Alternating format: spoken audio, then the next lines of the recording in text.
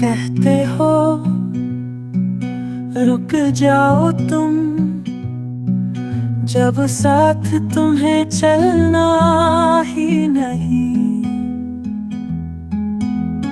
पल में आते पल में जाते हो, साथ तुम्हें चलना ही नहीं है।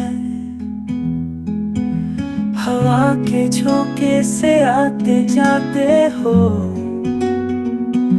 वादा तुम्हारा पानी का बुलबुला। पल में बनता फिर मिट जाता, दिन भर कभी दिखता ही नहीं। धूप के जैसी यादें तुम्हारी बंद मुट्ठी से फिसल जाती है।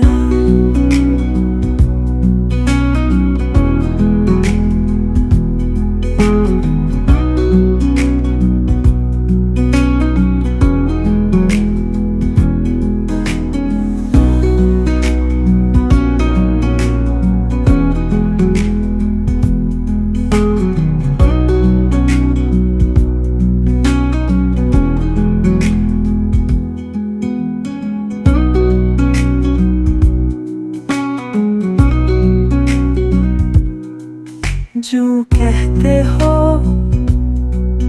रुक जाओ तुम, जब साथ तुम्हें चलना ही नहीं।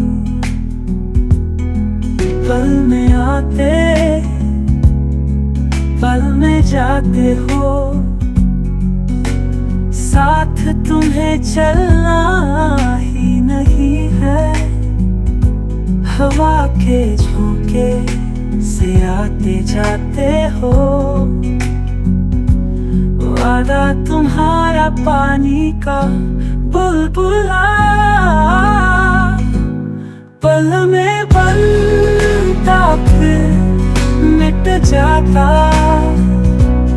दिन भर कभी टिकता ही नहीं। धूप के जैसी यादें तुम्हारी बंद मुट्ठी से फिसल जाती है।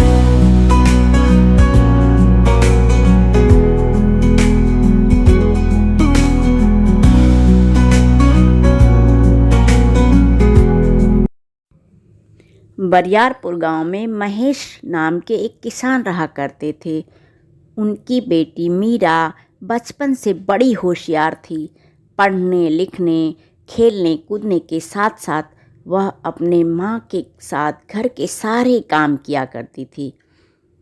गांव की रहने वाली मीरा सीधी सादी और नेक दिल की इंसान थी। वह सदा दूसरों की मदद किया करती थी।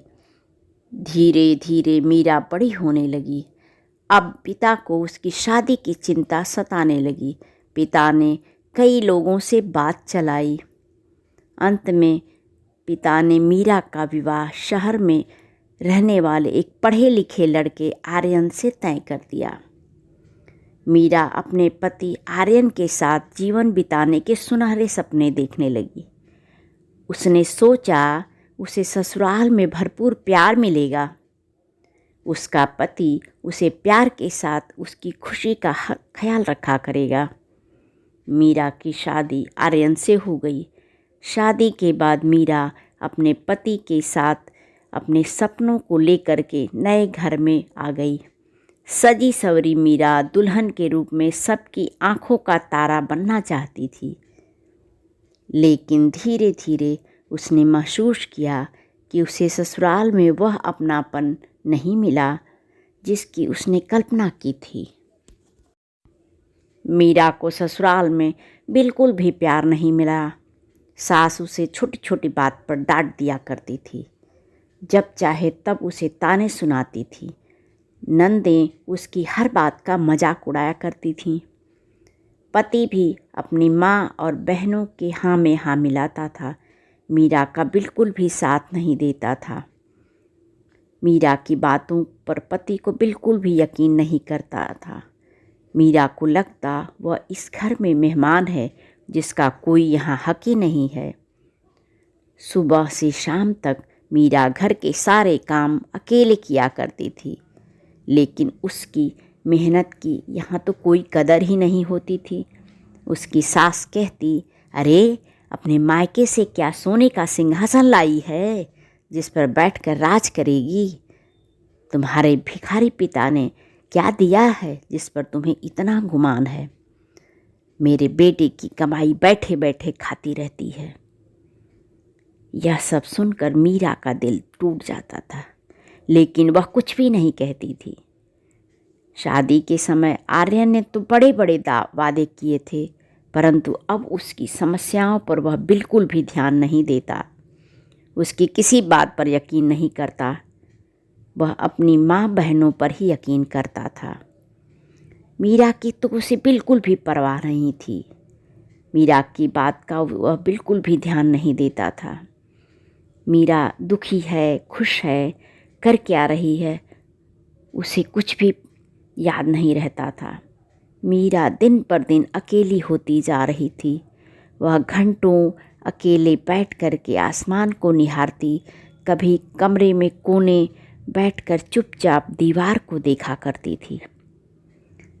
एक दिन मीरा की सहेली सुषमा उससे मिलने आई।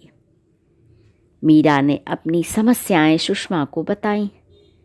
सुषमा ने कहा, मीरा, जिंदगी तोहफे में नहीं मिलती है, उसे तुम्हें ही संवारना पड़ेगा।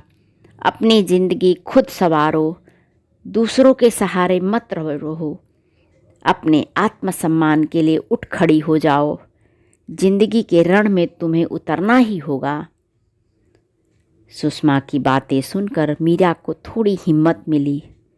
उसने तय किया कि वह अपनी ज़िंदगी खुद संवारेगी। वह दूसरे के भरोसे नहीं रहेगी। अपनी ज़िंदगी को वह अपने तरीके से जिएगी। वह मेहनत करेगी और अपनी ज़िंदगी को संवारेगी। घर के कामों से समय बचाकर उसने छोटी मोटी सिलाई का काम शुरू किया। उसे पहले से ही थोड़ी बहुत सिलाई कढ़ाई आती थी। उसने अपने हुनर में काफ़ी सुधार किया। छोटे मोटे काम उसे मिलने लगे। धीरे धीरे उसने अपने काम को बढ़ाया। उसके काम की लोग तारीफ़ करने लगे। अपने साथ साथ उसने आसपास की और से औरतों को सिखाना शुरू कर दिया। लोग उसकी तारीफ़ करने लगे। उसकी सास और नंदें भी उसकी सराहना करने लगी। उसका काम इतना अच्छा होता था कि काम का ढेर उसके पास लगने लगा। कुछ पैसा भी आना शुरू हो गया। कुछ पैसा जब घर में आया तो आर्यन की भी आंखें बड़ी हो गईं। अब वह मीरा की तरफ झुकने लगा। आर्यन को लगने लगा कि मीरा सिर्फ गृहिणी ही नहीं है, वह अपने आत्मसम्मान के लिए खड़ी हो सकती है। अब आर्यन का झुकाव मीरा की तरफ हो गया। मीरा ने अपनी मेहनत के बल पर अपने ससुराल में एक अलग पहचान बना ली। अपने सम्मान को वापस पा लिया। उसने साबित कर दिया कि अगर इंसान अपने आत्मसम्मान और सपनों के लिए खड़ा हो जाए तो किसी भी मुश्किल का सामना कर सकता है।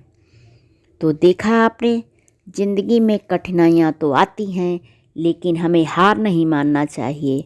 अगर हम खुद पर यकीन करें तो हर मुश्किल को पार कर सकते हैं। हमारी कहानी आपको पसंद आए तो मेरे चैनल को लाइक, शेयर, सब्सक्राइब ज़रूर कीजिए। धन्यवाद।